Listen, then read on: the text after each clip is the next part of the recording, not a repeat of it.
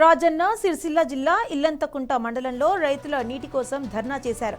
Mid Maneru reservoir Pudi కాలువ ద్వారా canals కు సాగునీటిని వెంటనే విడుదల చేయాలని డిమాండ్ చేస్తూ వంతడుపుల బ్రిడ్జిపై బైఠాయించారు. జిల్లాలో ఇప్పటికే 191,000 ఎకరాల్లో వరి సాగు కోసం రైతులు నారు మడుగుల సిద్ధం చేసుకున్నారు.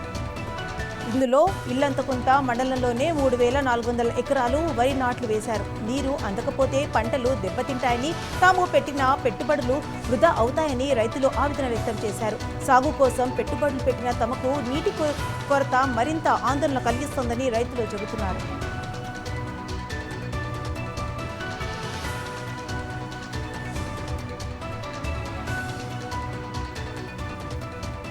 సమాచారం అందుకున్న తహసీల్దార్ సురేష్, ఎంపీడీఓ శశికళ సంఘటన స్థలానికి చేరుకున్నారు. ఆందోళన చేస్తున్న రైతులతో మాట్లాడి వారి సమస్యలను అడిగి తెలుసుకున్నారు. సాగునీటి సమస్యను ఉన్నతాధికారుల దృష్టికి తీసుకెళ్లి పరిష్కారానికి కృషి చేస్తామని హామీ ఇచ్చారు. మిడ్ మానేరు నిండుకుండలా ఉందని, ఎల్లంపల్లి ప్రాజెక్టు నుండి 12,600 క్యూసెక్ల నీరు వచ్చి చేరుతోందని అధికారులు తెలిపారు.